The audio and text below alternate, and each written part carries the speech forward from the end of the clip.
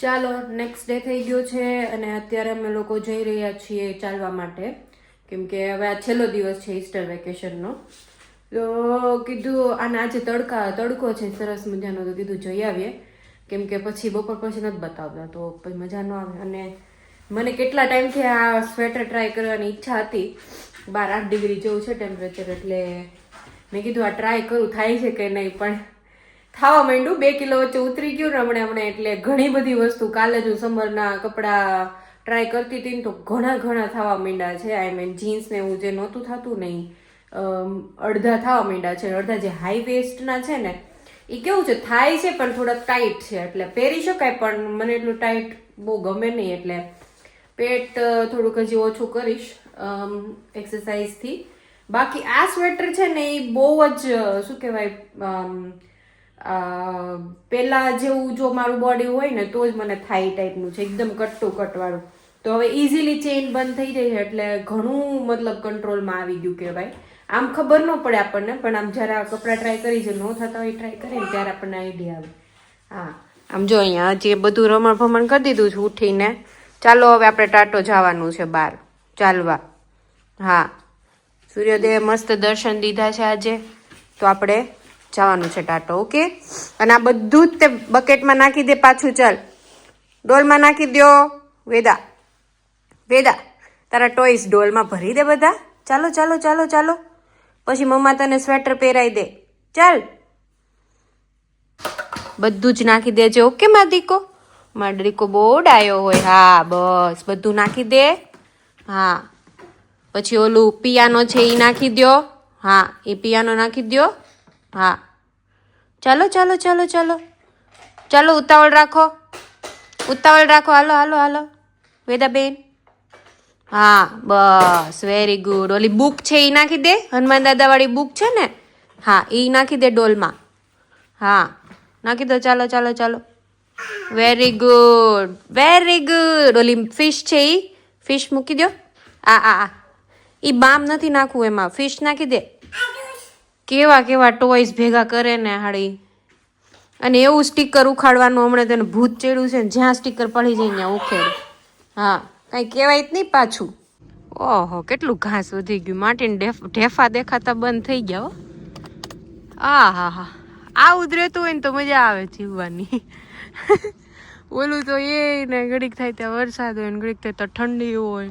ઓહો, ફ્લાઇટ જો ઉપર અહીંથી આયા ને ફ્રેન્કફર્ટ એરપોર્ટ થી ફ્લાઇટ ટેક ઓફ ને લેન્ડિંગ થઈ ને બધું દેખાય મારા ઘરેથી જ તે. અરે એમ નહીં, દૂરથી ઓલું. હા બોલો, હું બોલો ને વેદાબેન, કઈક કહેતા હતા તમે. બોલો. એન બાની જેમ, અંબાણી જેમ નહીં, એન બાની જેવી જ છે. હા, ભૂભું પીવું છે. સારું હાલો, ભૂભું પીવડાવો વેદાને. આમે જો કોઈ 2 વ્યક્તિ ઘોડસવારી કરે છે. કેટલું એને મસ્ત વ્યૂ આવતો છે, બધું ખેતરો ને ઘોડસવારી. વાહ ભાઈ વાહ, જો કેટલું ઝૂમ કર્યું છે મેં. આમ જાય છે ઓલી બાજુ. છોકરીઓ લાગે છે બે. જો અમે અહીંયા બેઠા છીએ એટલે બેઠા છે. ત્યાં ઠેઠથી ઝૂમ કર્યું. હવે છે ને આડે અત્યારે કેવી ઓલી સિઝન ચાલુ થઈ છે, પરાગરજ વાળી. નવા ફૂલડા ને પાંદડા ને એવું આવે ને એટલે એની એલર્જી છે સિદ્ધાર્થને, અને મને તે હવે ધીમે ધીમે ડેવલપ થાય છે. હા, હવે બેસવાનું શાંતિથી. એમાં એવું છે, જર્મની આવો એટલે તરત કઈ વાંધો ન આવે. અમુક વર્ષ થાય ને પછી આ એલર્જી ડેવલપ થાય છે. કેમ કે સ્ટાર્ટિંગના યર્સમાં તો કઈ વાંધો ન આવતો, પણ હવે જેમ જેમ આગળ વધીએ ને, વર્ષો જાય ને, એમાં હવે રિયલાઇઝ થાય છે કે આ એલર્જી છે ને ધીમે ધીમે ડેવલપ થાય છે. અને આના શું કહેવાય, આની રસી આવે છે જે સિદ્ધાર્થ લે છે. હા, અહીંયા જ છે, પપ્પા ક્યાંય નથી ગયા. જે સિદ્ધાર્થને ચાલુ જ છે વેક્સિન એની. પણ કેવું કે આ વખતે થોડુંક વધારે છે ને, તો એનું કાંઈ અસર નથી દેખાતી. મતલબ આ વખતે વધારે રજકણો એના હવામાં છે એવું ડૉક્ટરને ગયા હતા ને આ વખતે કીધું કે આ રસી હું લઉં છું આટલા ટાઈમથી તો કેમ અસર નથી થતી એમ.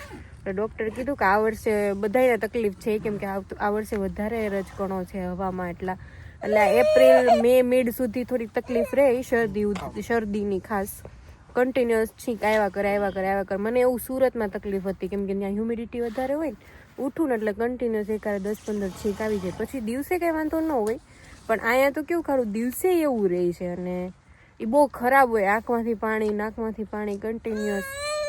હા એ તમે આઘા જાઓ ને એટલે એને એમ થાય છે કે પાપા ગયા ક્યાંક. આઘું નહીં ક્યાંય જવાનું એને પાસે જ ઊભું રહેવાનું.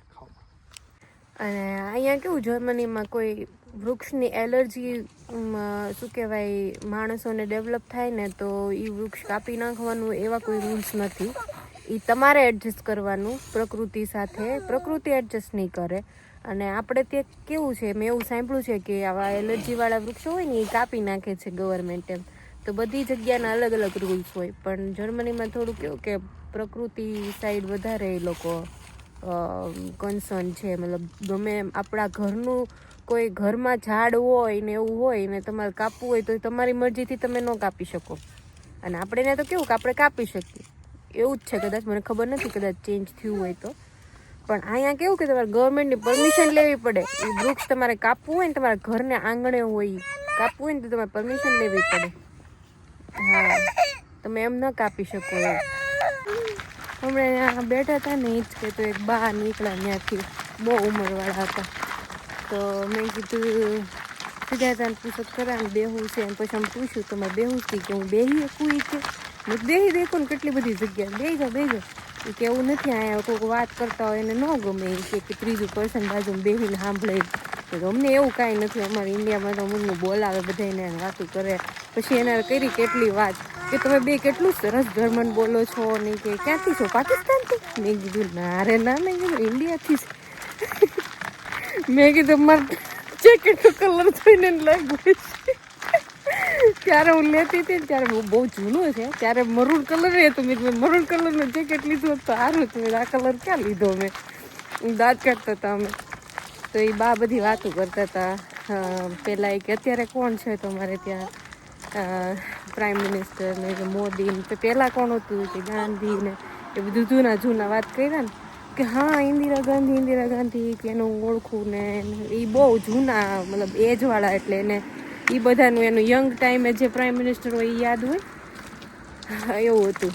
તો બધી વાતો કરી. પછી મારા વેદાબેન એ કરવા માંડ્યા ને કીધું હાલો હવે નીકળી જાય.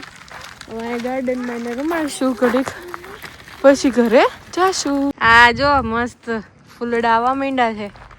અશોક વાટિકા જેવું લાગવા માંડ્યું છે. ઓલા પણ તો હાલીને આવતા હતા ને તેવું જ લાગતું. જો અહીંયા તે એટલું બ્યુટીફુલ લાગે. શિયાળામાં તો હાડું ભંગાર્યું થઈ જાય એકદમ. એ હિંચકા મેં કીધું વેદાબેનને લઈ જાય જગ્યા મળે તો અહીંયા પાછા ઊભા રહીને તો લાઈન પણ એટલી બધી નથી લાંબી લાગતી. લાઈન છે જ નહીં. ત્યાં ઊભા રહેવું પછી આપણને વારો આપશે જ ને. લાસ્ટ ટાઈમ તો અમે આવ્યા ને તો એક આગળ બેન હિંચકાવતા હતા ને તે 20-25 મિનિટ 30 મિનિટ ઊભા રહ્યા તો લે જ નહીં એને છોકરીને. મેં કીધું આ કેવા છે. પછી એક બીજા બેન હતા ને જર્મન એને એ આવી અને કીધું કે આ ભાઈ ક્યારનો વાટ જોવે. સીધા લઈને ઊભા હતા. હું બાકડે બેઠી કે આ ક્યારનો વાટ જોવે છે તમારે ઊભું થઈ જવું જોઈએ એમ. કે એ કોણ ડિસાઈડ કરે એમ. ઓલી બેન કે એવું થોડું છે કે મને કે તમને કમ્પ્લેન હોતી કે તમે કે આઈના ઓલાને કયો નગરપાલિકાને કયો એ કે મને શું છે કે એમ. એ કે એ કોણ ડિસાઈડ કરશે કેટલું બેસવાનું ને કેટલું નહીં. એ કે એ તમારે જ માનવતાની રીતે ડિસાઈડ કરવાનું કે આ ભાઈ ઊભો છે ક્યારનો તો એ કે હું 10-15 મિનિટ હિંચકાવીને લઈ લઉં એમ. એ કે મને ન કહો નગરપાલિકાને કયો કે બીજા હિંચકાએ નખાઈ દે એમ. બધા આવા લોકો હોય અમુક પણ એનો નહોતા. એ બહારના હતા કેકના.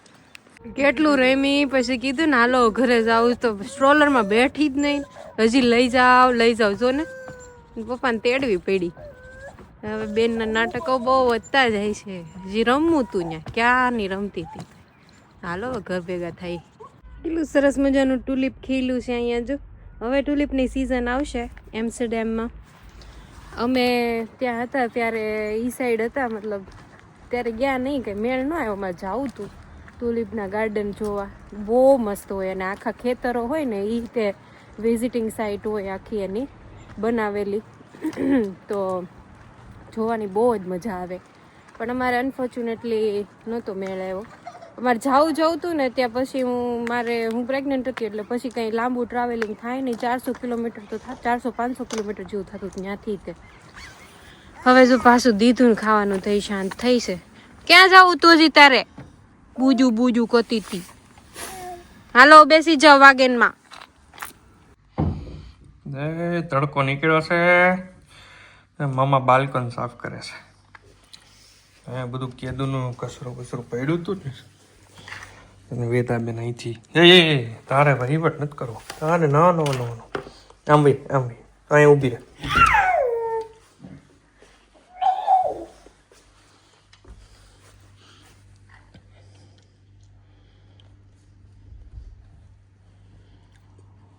એક જૂનું કુંડું હતું શિયાળામાં તો હાવ મરી ગયું હતું.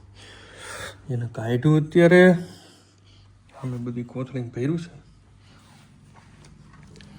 આખી બાલ્કની સાફ થઈ જાય પછી 2 ખુરશીઓ નાખીને બેસું. સીતારામ. ચોખ્ખી બાલ્કની થઈ ગઈ એટલે મજા આવે છે. ઓહો ગાંડી થઈ છે આખી. નહીં વેદા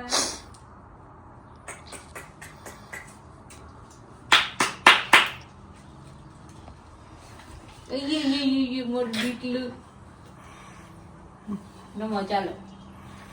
હા કેટલા દી પછી બાલ્કનીમાં બેઠી. કેવો ઘોહો થયો તો. સાબુ વાળા પાણીથી પોતું માર્યું. કેટલો કદડો નીકળો પણ હતું બાઈમાં. હવે મેં કીધું બાલ્કનીમાં બેહવું હોય ને ત્યારે ચોખ્ખી કરી નાખો. હમણાંથી નકરું પવન ને એવું બહુ રહેતું હતું ને ત્યાં નકર આવ્યા સાફ કરીને પાછું આવે. હવે થોડું સ્ટેબલ થયું છે ને વાતાવરણ, મેં કીધું ધોઈ નાખું એમ. મસ્ત સાફ થઈ ગઈ છે. હવે બેસવું હોય ને તો બેસાય. એ પાછી ભરાઈ રહે એટલે જયારે બેવું છે ત્યારે ફરીથી સાફ કરવી જ પડશે.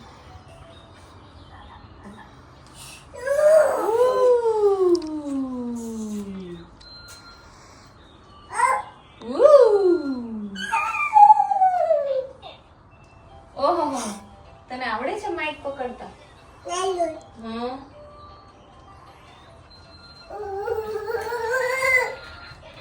બસ મોરે બંસી બજૈયા નંદલાલા કનૈયા. હાલો ગાઓ.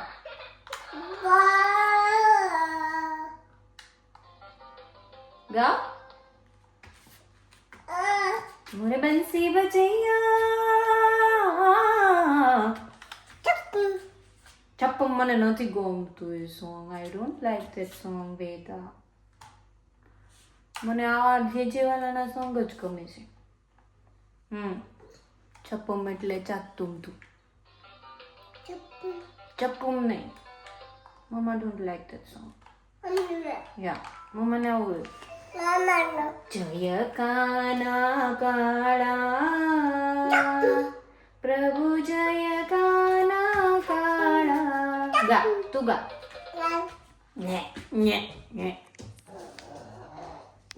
અહીંયા બની રહ્યું છે ઘી. બટર લઈ આવ્યા હતા 250 ગ્રામ વાળા 15 ચોસલા. હા મમ્મા અહીંયા જ છે. તો કીધું બનાવી નાખી. એક ડબ્બો તો આ ભરીને છે, પણ આ બીજો એક ડબ્બો વધારે આ છે 15. દર વખતે 12 ચોસલાનું આમાં સમાઈ જાય છે. આ વખતે 15 નાખ્યા છે એટલે ઘટ્ટું આવ્યું છે એકદમ.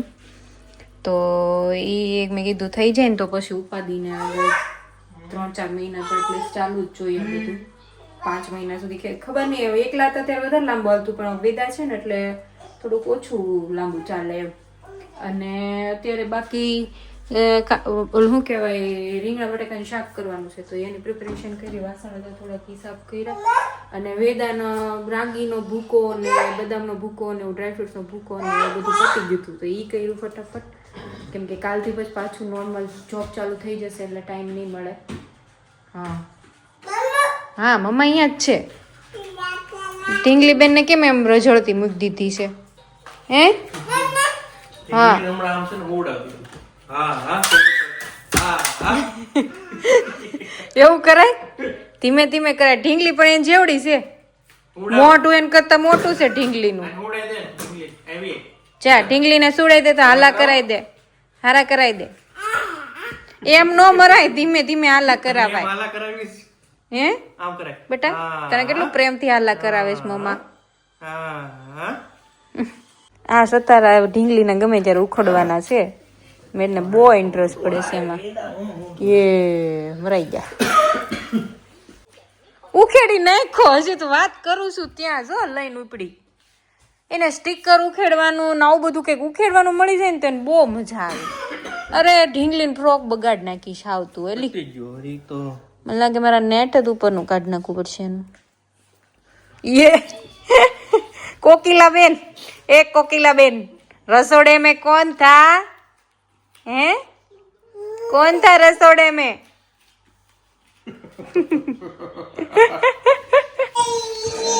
हाँ गाओ गाओ. मोरे बंसी बजैया.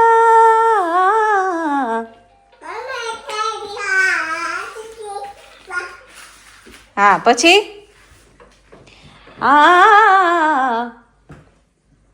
ગાવ ગાવ. કેવું મસ્ત ગાતી હતી હમણાં માઇક પકડીને એને સૂરમાં. હો ચાલો બેસી જાઓ ગાડી ઉપર. ચાલો પટપટ બેસી જાઓ. Very good. ચલો હવે ચલાવો ગાડી ચલાવો. હોર્ન મારો હોર્ન. હોર્ન મારો. પીપ પીપ પીપ પીપ પીપ. હોમનો હોર્ન મારો. હોર્ન વગાડો વેદાબેન. ઓ વેદાબેન મેકઅપ નથી કરવાનો. મેકઅપ કરવાનું નથી કીધું મમ્માએ. ગાડી ઉપર બેસવાનું, હોર્ન વગાડવાનો. કે જર્મનીમાં હોર્ન નો વગાડે કોઈ એટલે નથી વગાડતી તું? હા મોરે બંસી બજૈયા નંદલાલા કન્હૈયા.